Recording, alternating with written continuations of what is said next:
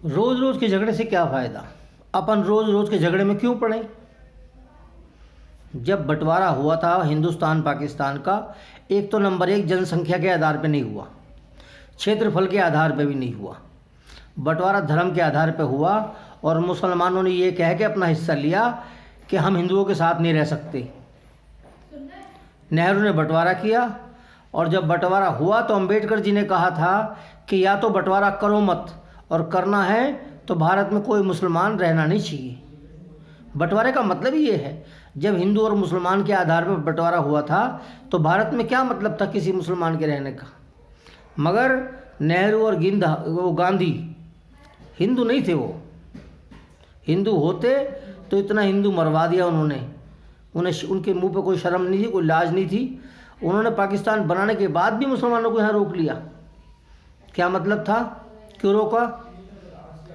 अब नहीं चलने वाला।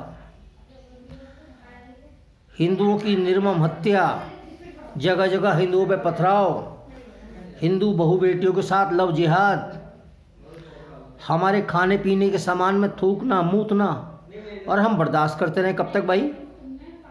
अब नहीं, अब तो सत्यमेव जयते, सनातन धर्म की जीत होगी। सत्य ही सनातन है। हम वसुदेव कुटुंब की बात नहीं करते। वसुदेव कुटुंब का तो लोगों ने माहौल बना दिया। जहाँ हिंदू मुस्लिम की बात हो, हम वसुदेव कुटुंब वाले लोग हैं। तुम्हारे बाप ने बनाया वसुदेव कुटुंबकम? जब वसुदेव कुटुंबकम चरितार्थ हुआ, संसार में एक ही जाति थी, हिंदू। और ये इसलिए बनाया गया था कि जो छोटे बड़े का भेद ना हो। तुम जहाँ गंगा जमुनी तहजीब, अबे काहे की गंगा जमुनी तहजीब? गंगा भी हमारी, जमुना भी हमारी। तुम्हारे बाप की है क्या? तुम्हारे बाप की जमजम है, वहाँ जाओ। तुम्हारा अल्लाह मोहम्मद भारत में पैदा नहीं हुआ, रेगिस्तान में पैदा हुआ अरब के। वहाँ जाओ, हमें तुमसे कोई आपत्ति नहीं है, हमारा तुमसे कोई बैर भी नहीं है। मगर भाई देखो, भारत हिंदुओं की भूमि है, सनातन धर्म की भूमि है। 2 फरवरी को हिंदू राष्ट्र बनेगा। 100%, 1000% नहीं, 1,00,000% हिंदू होने चाहिए।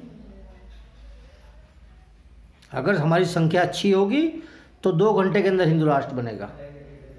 और 2 फरवरी को हिंदू राष्ट्र बनेगा तो 2 फरवरी के बाद पूरे भारत में शुद्धिकरण का अभियान चलेगा। पूरे भारत में शुद्धिकरण का अभियान चलेगा, स्वच्छता अभियान। ये कहो आप, भारत में केवल सनातन धर्म के मानने वाले लोग रहेंगे, हिंदू रहेंगे। हिंदुओं में कोई जातियाँ नहीं, कोई अपनी अपनी जाति, सब अपनी जगह अच्छे हैं। हमारा किसी से बैर भाव नहीं, हम सब एक हैं, सब एकजुट हैं। हमें हर वर्ग का समर्थन है, हर वर्ग हमें सहयोग दे रहा है। पूरे भारत से लोग आ रहे हैं, आप भी आओ, और आपके आसपास जितने भी लोग हैं सबको जगाओ। इस बार जाग जाओगे तो बार बार के झगड़ों से बचोगे, वरना तुम्हारा क्या है, तुम्हारी तो कट जाएगी। अपने बच्चों की सोचो, उन्हें हाथ जोड़ के सलाम बोलना पड़ेगा। 12-12 साल की बच्चों को भगा लेते हैं ये लव जिहाद में, बेशरम। और ये ऐसी कौम है जो दुनिया में कभी किसी को सुखी नहीं रहने दे सकते। ये खुद भी सुखी नहीं है और औरों के लिए भी दुविधा है। एक बार इनका सफाया जरूरी है। राक्षस तो हर युग में है। यही राक्षस त्रेता युग में राम के सामने भी थे, यही राक्षस द्वापर में कृष्ण भगवान के सामने भी थे, यही राक्षस अभी अब इस युग में, कलयुग में इनका बस नाम बदला गया, स्टेटस बदला गया इनका। अब ये जिहादी के रूप में है। सरकार क्या करेगी? सरकार तो संविधान से बंधी हुई है। हमारी सरकार है, हम सरकार में हिस्सेदार हैं, हमने भाजपा को वोट दिया। आप निश्चिंत रहो, 2 फरवरी को सुबह 9 बजे जंतर मंतर पर इकट्ठा होना है। और जंतर मंतर के सामने ही संसद भवन है। हम जंतर मंतर से हनुमान चालीसा का पाठ करते हुए संसद भवन की ओर जाएंगे। और जब तक हिंदू राष्ट्र की घोषणा नहीं हो जाती, बस संसद भवन के द्वार पे बैठ जाएंगे। इस बार होगा तो होगा, वरना फिर होना मुश्किल है। क्योंकि जितना आपसे मैं कहना नहीं चाहिए, मगर मैं कहता हूँ, जितना साहस मैं दिखा सकता हूँ, इतना साहस दिखाने वाला आदमी चाहिए। हर किसी के बस का नहीं। मुझे भगवान की प्रेरणा हुई, भगवान ने मुझे माध्यम बनाया, मैं तैयार हूँ, हर तरह से तैयार हूँ।